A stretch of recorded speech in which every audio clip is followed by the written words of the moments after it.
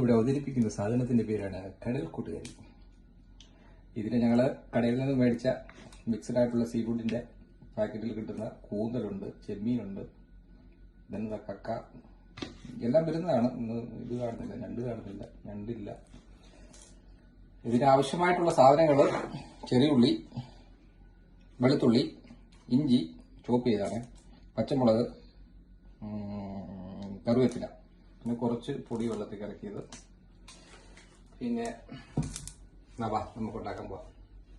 ഇതാണ് വെളിച്ചെണ്ണയാണ്. വെളിച്ചെണ്ണ ഇന്ന് അവൈലബിൾ അല്ലാത്തതുകൊണ്ട് ശകലം സൺഫ്ലവർ ഓയിൽ ഉണ്ടാക്കുന്നു. ഓക്കെ, എണ്ണ ചൂടാക്കി കഴിയുമ്പോൾ അതിലേക്ക് കട്ട് ചെയ്ത് വെച്ചിരിക്കുന്ന ഇഞ്ചി ഇടുക, വെളുത്തുള്ളി ഇടുക,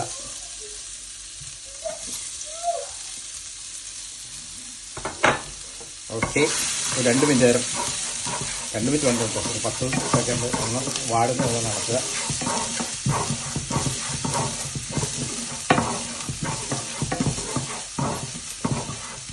ഓക്കെ, മുളകിടുക, കറിവേപ്പിലിടുക,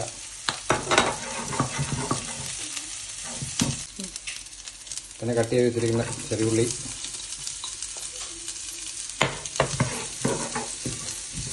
അതൊരു വഴറ്റി വരുന്നവരെ ഇളകിക്കൊണ്ടിരിക്കുക. വേണമെങ്കിൽ നമുക്കിപ്പോൾ കുറച്ച് ഉപ്പിടാവുന്നതാണ്, എന്നാൽ പെട്ടെന്ന് വഴന്ന് കിട്ടും.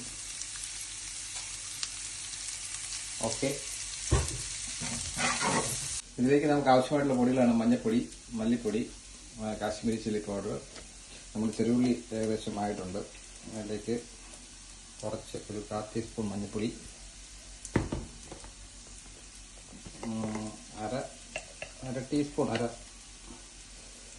അര ടേബിൾ സ്പൂൺ മല്ലിപ്പൊടി,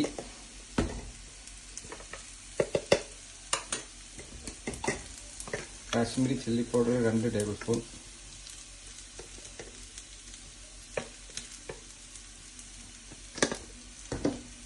ഇതിന്റെ പച്ചമുളക് മാറുന്നവരെ നന്നായിട്ട് ഇളക്കി കൊടുക്കുക.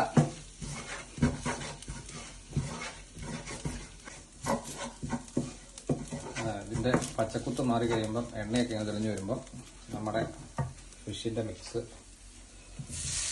ഇതിലോട്ടിട്ട് നന്നായിട്ട് ഇളക്കുക.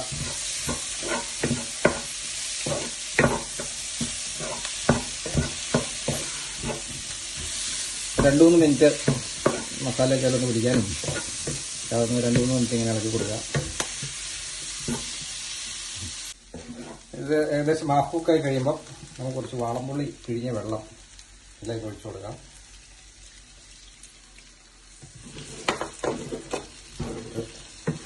ഇളക്കി കൊടുക്കാം. ഞാൻ ഇടയ്ക്ക് കുറച്ച് ഉപ്പിട്ടിട്ടുണ്ടായിരുന്നു കേട്ടോ. ഉപ്പൊക്കെ അളവൊന്നുമില്ല, നമ്മുടെ ഒരു ടേസ്റ്റിനനുസരിച്ചിട്ട് ഇടുന്നതാണ്.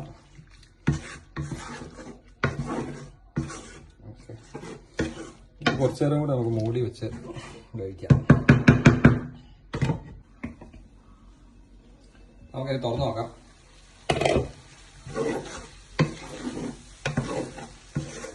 ഫിഷെല്ലാം ഏകദേശം വെന്തിട്ടുണ്ട്. നമുക്ക് അടുത്ത പരിപാടി തേങ്ങാപ്പാൽ ഒഴിക്കുക എന്നുള്ളതാണ്. നമ്മൾ സാധാരണ തേങ്ങയാണെങ്കിൽ തേങ്ങാപ്പാൽ എടുത്ത് പിഴിഞ്ഞെടുത്ത് 2ാം പാൽ ആദ്യം ഒഴിച്ചാൽ ഇത്ര വേണ്ട കാര്യമില്ല. 2ാം പാൽ ഒഴിച്ച് കുറച്ച് തിളപ്പിച്ച് കഴിഞ്ഞിട്ട് പിന്നെ 1ാം പാൽ ഒഴിച്ചാൽ അങ്ങനെയാണ്. നമുക്കിപ്പം അങ്ങനെ തേങ്ങയില്ല, അതുകൊണ്ട് കടയിൽ നിന്ന് മേടിച്ച തിണ്ട് തേങ്ങാപ്പാലാണ് ഒഴിച്ചു കൊടുക്കുകയാണ്.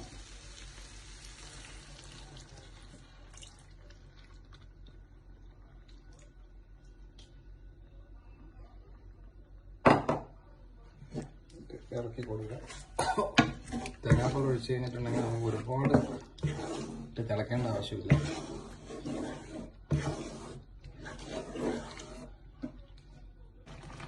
നമ്മുടെ കറി ഏകദേശമായിട്ടുണ്ട്. നമുക്ക് ഇതിൽ ചാറ് കുറച്ച് വേണമെങ്കിൽ തേങ്ങാപ്പാൽ കുറച്ച് ഒഴിച്ചാൽ മതി. ഇത് ചാറ് കൂടുതൽ വേണമെങ്കിൽ കൂടുതൽ ഒഴിക്കുക, തേങ്ങാപ്പാൽ കൂടുതൽ ഒഴിക്കുക. നമുക്ക് ഇതിൻ്റെ മുകളിലോട്ട് കുറച്ച് ഇഞ്ചി, ചോപ്പ് ചെയ്ത ഇഞ്ചി ഇതിൽ കൊടുക്കുക. ഇഞ്ചിയുടെ കടിച്ച് കിട്ടുന്ന ഒരു ടേസ്റ്റ് നല്ലതായിരിക്കും.